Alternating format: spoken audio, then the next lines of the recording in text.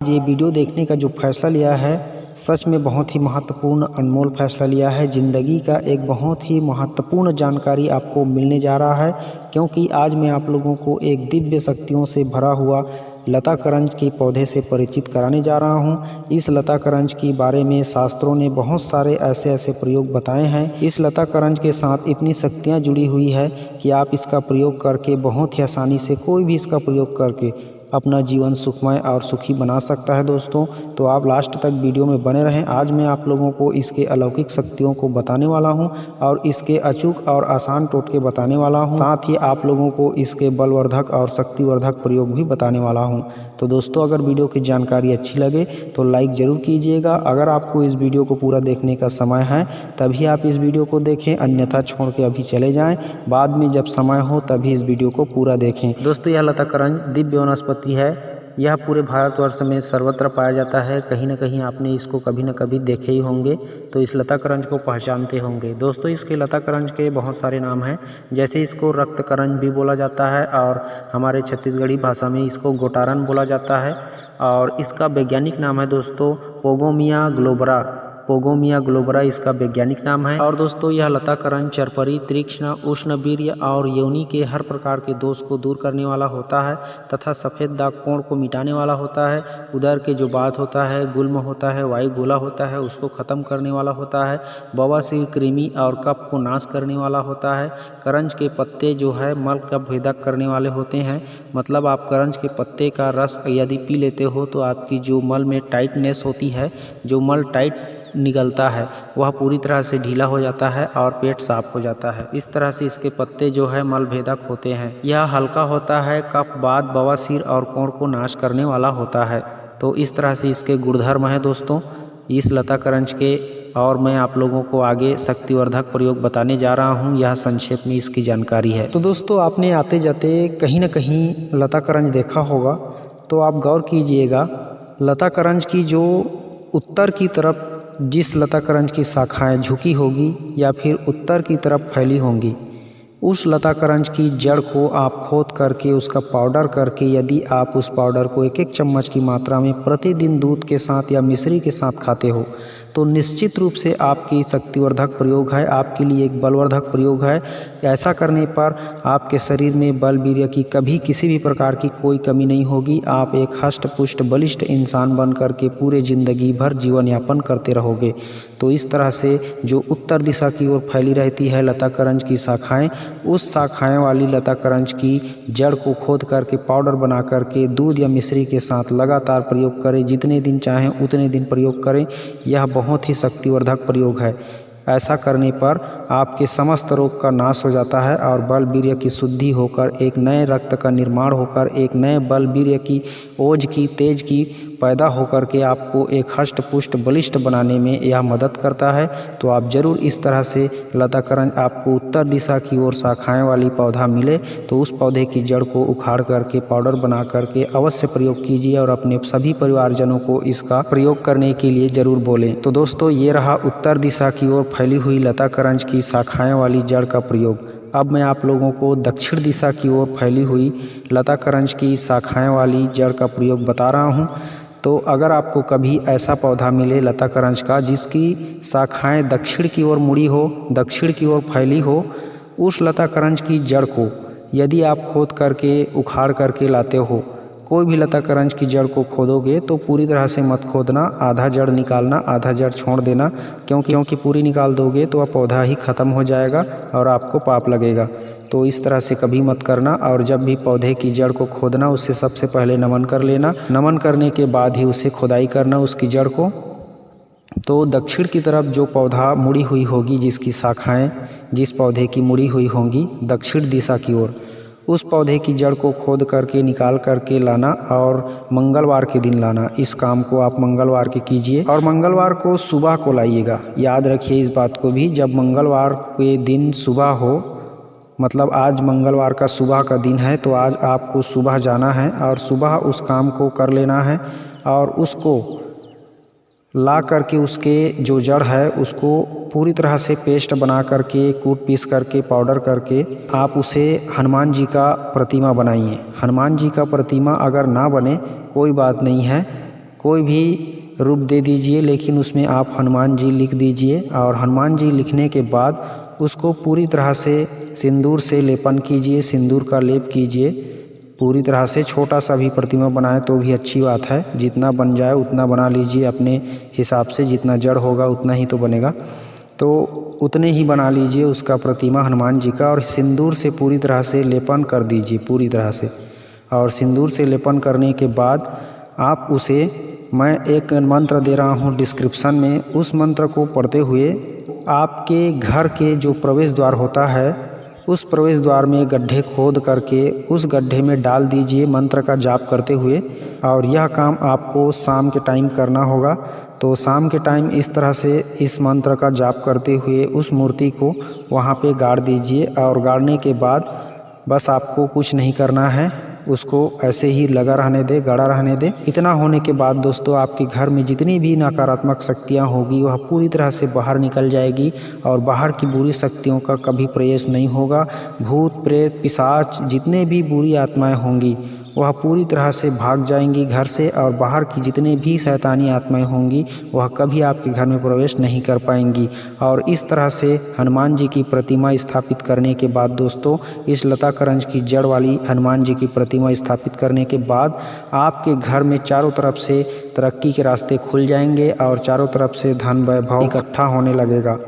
तो इस तरह से शास्त्रों में कहा गया है दोस्तों। तो आप ज़रूर इस बात को गौर कीजिएगा और इस तरह से प्रयोग करके देखिएगा, आपको ज़रूर लाभ होगा। दोस्तों आपको मैं जो डिस्क्रिप्शन में मंत्र दिया हूँ उस मंत्र का आप एक और प्रयोग कर सकते हो। यह भूत निवारक, बाधा निवारक और संकट हरने वाला मंत्र है। तो आप इस मंत्र का एक और प्रयोग कर सकते हो। जिसको भी भूत प्रेत की समस्या रहती है या फिर जिसके घर में शैतानी आत्माएं रहती हैं या जिसको भूत प्रेत ने जकड़ रखा है, पकड़ रखा है, आत्माएं उसके अंदर घुसी हुई है, या फिर जिसको किसी भी प्रकार के भूत बाधा से समस्या से वह ग्रसित है, उस व्यक्ति के सामने बैठ करके या फिर आपके सामने उसे बैठा करके हाथ में जल लेकर के उस मंत्र को पढ़िए। और उस मंत्र को पढ़ने के बाद क्रोधित होकर के गुस्सा मन से हाथ में पकड़े हुए जल को उसके ऊपर क्रोधित होकर के छिड़काव कीजिए।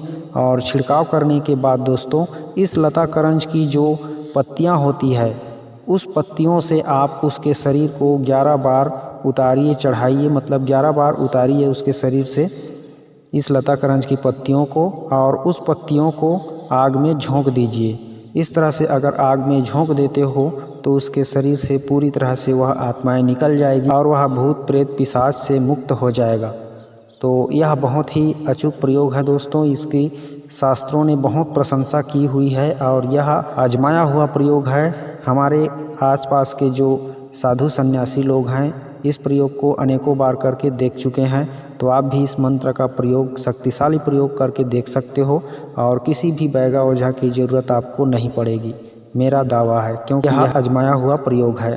दोस्तों इस लता करंज के संदर्भ में मैं आप लोगों को एक बहुत ही और अच्छी जानकारी बताने जा रहा हूँ। दुश्मन को परास्त करने वाली जानकारी है, दुश्मन को हमेशा हराने वाली यह जानकारी है। अमावस्या के दिन आप इस लता करंज के 1 अंगुल के बराबर 9 कील बनाएं, यानी 1 अंगुल के बराबर आप 9 डंठल तोड़ करके रख लें और इन 9 डंठलों को आपके शत्रु के घर के चारों तरफ गाड़ दें। इस तरह से करने पर आपके शत्रु आपसे कभी विजय नहीं प्राप्त करेगा, हमेशा आपसे परास्त ही होगा। जितनी बार भी आपको वह परास्त करने की कोशिश करेगा या फिर आपके ऊपर जलन पैदा करेगा, आपके ऊपर बुरी नज़र गड़ाएगा, तो उल्टा प्रभाव उसको ही होगा। इस तरह से ऐसा करने पर होता है। यह बहुत ही सरल है और अचूक है। बस अमावस्या के दिन आपको यह काम करना है, आपका काम निश्चित रूप से सफल होगा। दोस्तों अगर कोई व्यापार में वृद्धि चाहता है, व्यापार में तरक्की चाहता है, आपकी अपनी खुद की तरक्की चाहते हो, तो आप लता करंज का जो बीज होता है उसके बीज में लोहे की कील डाल करके उसे छेद लीजिए और उसको छेदने के बाद अंदर में पारद डाल दीजिए, शुद्ध पारद, या फिर पारद ना मिले तो आप पारद भस्म ही ले लीजिए, दुकान से, दवाई की दुकान में मिल जाता है, शुद्ध पारद भस्म मिल जाता है। अगर बोलोगे कि शुद्ध पारद भस्म चाहिए तो दुकान में मिल जाएगा आपको, दवाई दुकान में, तो वहाँ से आप शुद्ध पारद भस्म ले आइए और जो लताकरंज की बीज होता है उसके बीज में आप उस शुद्ध पारद भस्म को डाल दीजिए और अगल बगल को पीपल का जो गोंद होता है, पीपल वृक्ष का गोंद निकलता है उसकी छाल को निकालने पर, तो उस गोंद से अगल बगल की छेद को भर दीजिए। अब इस तरह से भरने के बाद दोस्तों इस लताकरंज को आपके जो व्यापार स्थल का जो तिजोरी होता है या फिर जहाँ पे आप पैसा रखते हो वहाँ पे रख दीजिए। इस तरह से करने पर, या फिर जो पूजा के स्थान होता है, व्यापार स्थान के जो पूजा स्थान होता है उस स्थान में भी रख सकते हो, कोई दिक्कत बात नहीं है, या फिर अपने पर्स में ही रख सकते हो। ऐसा करने पर आपके व्यापार में दिन दुगना रात चौगुना तरक्की होगा। यह आंखों देखा परीक्षित परिणाम है। इस प्रयोग का कई लोगों ने प्रशंसा किया हुआ है और उनको लाभ मिला है, तभी वो लोग इसका प्रयोग को प्रशंसा किए हुए हैं। आप भी करके देखना। और मैंने भी बहुत सारे जो सेठ पंसारी के यहाँ होता है उनके जो पूजा स्थान होता है वहाँ पे भी मैंने इस तरह का लताकरंज का बीज छेदा हुआ और वह गोंद से भरा हुआ, अंदर में पारद भरा हुआ मैंने देखा है। तो मैंने सेठ पंसारियों से भी बोल करके देखा, पूछा, तो उन लोगों ने भी इसकी प्रशंसा की है।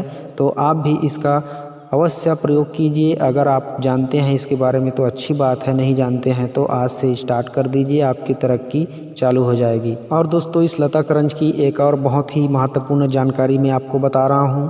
ग्रहण काल में, कोई भी ग्रहण काल हो, चाहे सूर्य ग्रहण काल हो चाहे चंद्र ग्रहण काल हो, ग्रहण काल में यदि आप इस लताकरंज की किसी भी पौधे की जड़ को खोद करके रख लेते हो और उस जड़ को आप किसी भी प्रकार के तांबे के ताबीज या फिर स्वर्ण के ताबीज में भर करके, स्त्री हो तो बाएं भुजा में और पुरुष हो तो दाएं भुजा में हमेशा धारण करनी चाहिए। इस तरह से धारण करने पर कोई भी बांझपन हो स्त्री वह पुत्रवती हो जाता है और कोई भी पुरुष जो नामर्द हो वह मर्द हो जाता है। तो इस तरह से आप करके देख सकते हो। यह भी एक अलौकिक शक्तियों से भरा हुआ प्रयोग है। स्त्री को बाएं हाथ में और पुरुष को दाएं हाथ में बांधनी है। दोस्तों इस लताकरंज की एक और महत्वपूर्ण जानकारी मैं बता रहा हूं जो कि लास्ट है। अब मैं आप लोगों को इसके जो जानकारी बता रहा हूं वह हर एक के लिए फ़ायदेमंद है और हर कोई इसे कर सकता है। तो लताकरंज का जो बीज होता है उस बीज को सेम उसी तरह से छेद कर लीजिए लोहे की कील से। छेद करने के बाद दोस्तों आप उस छेद में शुद्ध पारद भर लीजिए और शुद्ध पारद भस्म भर लीजिए। और भस्म भरने के बाद आप अगल बगल को बट वृक्ष का जो दूध होता है उस दूध से भर दीजिए। उस दूध से अगल बगल के छेद को भरने के बाद और अंदर में पारद भस्म डालने के बाद वह पूरी तरह से बंद हो जाए लताकरंज का बीज, तब आप उस लताकरंज के बीज को मुंह में दबा लीजिए, मुंह में रख लीजिए। उसके बाद आप जितनी मर्जी चाहें, जितना समय तक चाहें उतने समय तक अपना काम वासना का पूर्ति करते रहें। आप जब तक थक नहीं जाओगे, परेशान नहीं हो जाओगे, तब तक, यानी जब तक आप नहीं चाहोगे तब तक आपका वीर्यपात नहीं होगा। यह अद्भुत और प्रमाणित बात है, क्योंकि जो आप लताकरंज के अंदर में पारद भस्म डाले रहोगे वह शिव जी का वीर्य होता है। आप कहीं भी इस जानकारी को खंगाल के देख सकते हो। जो शुद्ध पारद होता है वह शिव जी का वीर्य होता है और उसी के भस्म को आप उसके अंदर डाले हो। और जो बट का दूध होता है वह ब्रह्मा जी का अंश होता है। तो इस तरह से दोनों का मिश्रण करके लताकरंज में डाल के, यदि मुंह में डाल के उसके बाद आप संभोग करते हो, रति क्रिया करते हो, तो आप कितने भी टाइम तक करते रहो आपका वीर्यपात होगा ही नहीं। यह मनचाहा सेक्स टाइम को बढ़ाता है। यह पूरी तरह से प्रमाणित बात है। आप इस उपाय को करके देखिए, आपको अवश्य लाभ होगा। तो दोस्तों आज की वीडियो की जानकारी आपको कैसी लगी? अगर